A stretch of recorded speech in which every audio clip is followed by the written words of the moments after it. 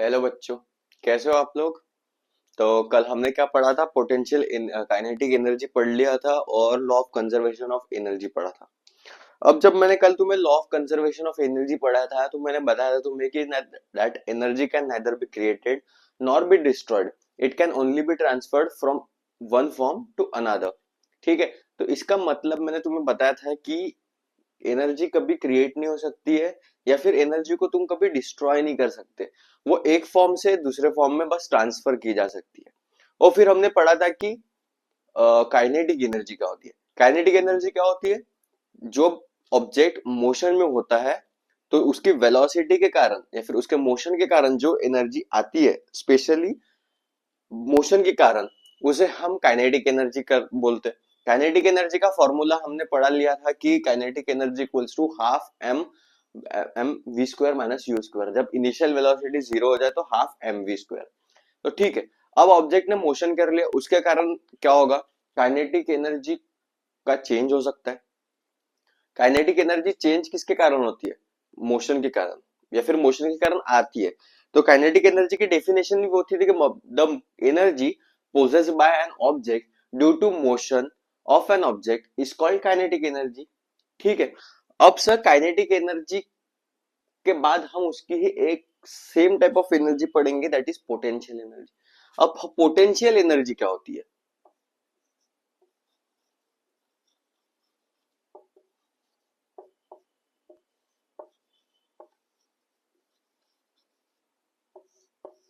Let me see it is working properly.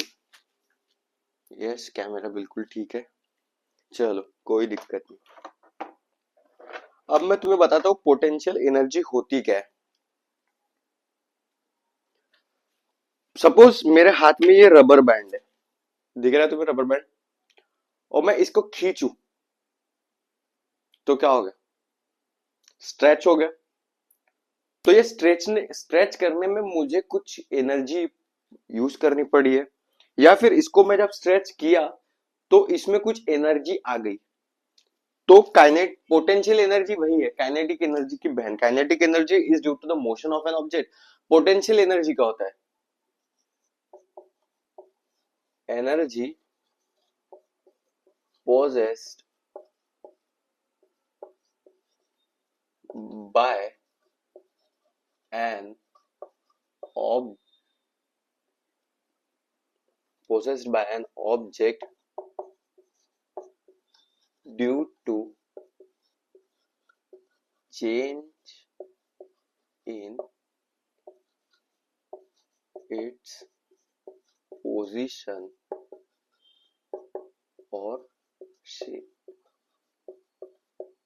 या फिर energy possessed by an object due to change in its position और shape. जैसे कि ये rubber band normal है, इसमें क्या है? एनर्जी नहीं है।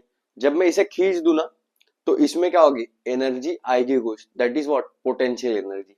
अब ये पोटेंशियल एनर्जी की ही छोटा बच्चा है, दैट इज व्हाट? ग्रेविटी से हम जब इसे रिलेट करते हैं तो हमें ग्रेविटेशनल पोटेंशियल एनर्जी पढ़ने मिलती है। क्या मिलती है? Gravitational potential energy. आपके सिलेबस में दिया ग्रेविटेशनल पोटेंशियल एनर्जी। अब मुझे बताओ, सपोज ये कोई ऑब्जेक्ट है, इसे मैं यहां ले आऊं कुछ डिस्टेंस h,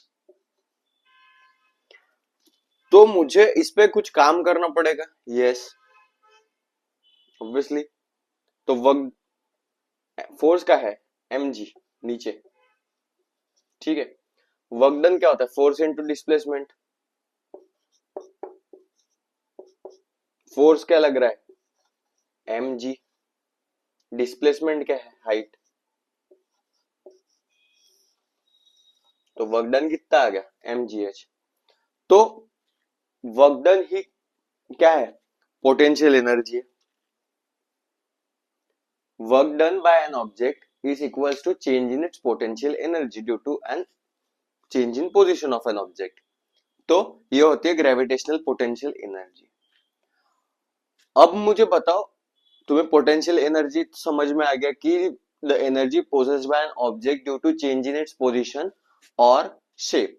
ठीक है, और फिर ग्रेविटेशनल पोटेंशियल एनर्जी समझ लिया कि तुमने जब ऑब्जेक्ट को कहीं से ऊपर या नीचे ले जाओ तो उस पे वर्क होता है फोर्स इनटू डिस्प्लेसमेंट। वर्क की क्या है? Change in potential energy due to and change in shape of and size position and shape of object. ठीक है, तो वर्क डन क्या हो जाएगा? mgh। ठीक है, पोटेंशियल एनर्जी की के बाद हम पढ़ेंगे पावर। अब मुझे बताओ पावर मतलब होता क्या है? हाँ, तो मैं तुम्हें बता दूं, कल हमने law of conservation of energy में क्या पढ़ा था कि kinetic kinetic energy plus potential energy हमेशा क्या होगी? कांस्टेंट। ठीक है, that means kinetic energy after motion होता है तो उसके बाद क्या उसकी पोजीशन जो है चेंज होती है, तो उसमें क्या कन्वर्ट हो जाती है? Into potential energy. और काइनेटिक एनर्जी और पोटेंशियल एनर्जी का सम हमेशा कांस्टेंट आता है। और एक बात बताई थी तुम्हें मैंने, kinetic energy plus potential energy is equals to mechanical energy. ठीक है, दोनों बहुत इंपॉर्टेंट चीजें। नाउ अब हम पढ़ेंगे पावर। पावर क्या होता है सर? मुझे बताओ, पावर को मैं ऐसे एक्सप्लेन कर सकता हूं कि भाई तेरी पावर क्या है, मतलब तेरा पावर क्या है, इसका मतलब तेरी क्षमता क्या है। सो पावर से मतलब मेरा ये है कि भाई तू कितना टाइम में कितना काम कर सकता है। तुम्हारा पावर है कि तुम 1 घंटे में 2 चैप्टर्स पढ़ सकते हो, तो तुम्हारी पावर है। तो वही है power. Power is nothing but rate of doing work.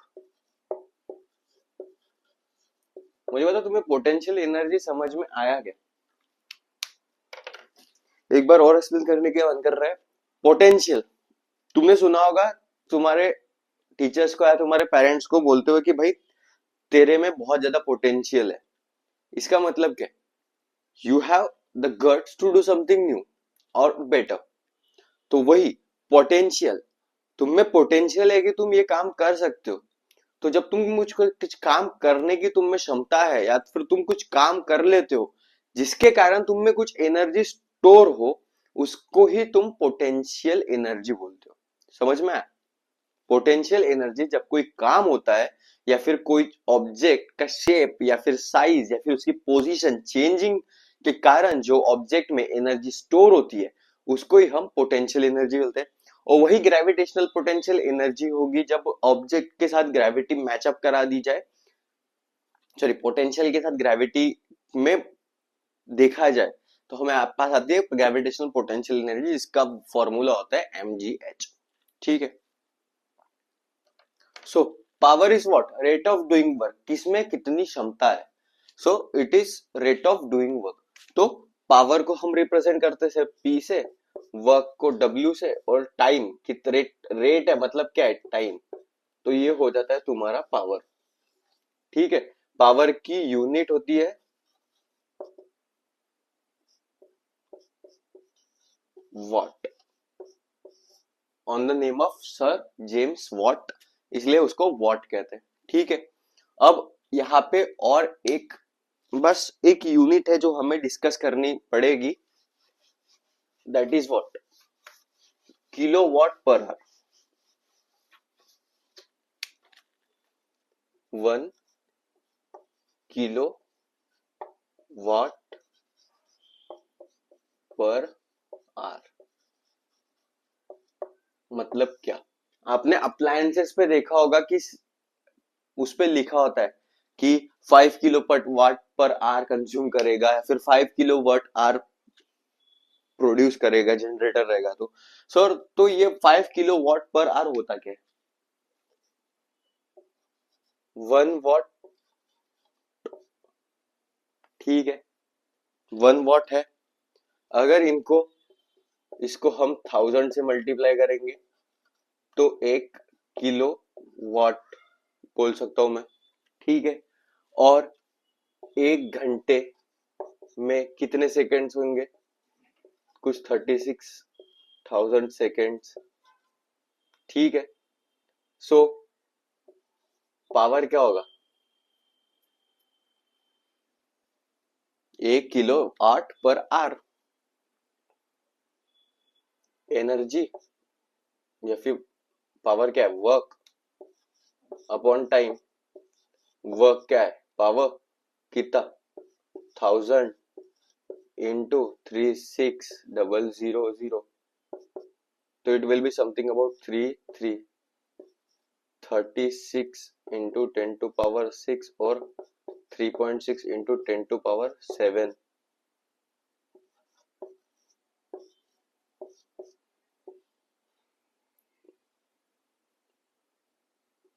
Joule. सो जब हम बोलते हैं ना किलो वॉट पर आर, 1 किलो वाट पर आर का मतलब क्या है कि बंदा 3.6 into 10⁶ जूल का वर्क कर रहा है। 1 घंटे में 1 वॉट प्रोड्यूस हो रहा है, इसका मतलब वो 3.6 into 10⁶ जूल का काम कर रहा है। ठीक है, अब काइनेटिक एनर्जी का तुमने कल क्वेश्चंस देखे थे, पोटेंशियल एनर्जी के क्वेश्चंस और पावर के क्वेश्चंस आज तुम खुद सॉल्व करोगे क्योंकि दोनों का कोई फॉर्मूला नहीं है। बस W equals to mgh, m mass दिया रहेगा, एक्सेलरेशन दिया रहेगा, हाइट दी रहेगी या फिर acceleration due to gravity consider करने ग्रेविटेशनल पोटेंशियल एनर्जी में। और इसी के साथ kinetic energy plus potential energy equals to constant मान के तुम्हें कुछ क्वेश्चंस हो है शायद वो सॉल्व करने। आज का लेक्चर बहुत शॉर्ट है और आपको समझ में आया होगा। यहाँ पे चैप्टर कंप्लीट होता है। इसके बाद एक वीडियो आएगी जिसमें कि हम क्या देखेंगे, एक्सरसाइज के कुछ क्वेश्चंस देखेंगे। That's it. तो मिलते हैं अगले लेक्चर में। Thank you so much.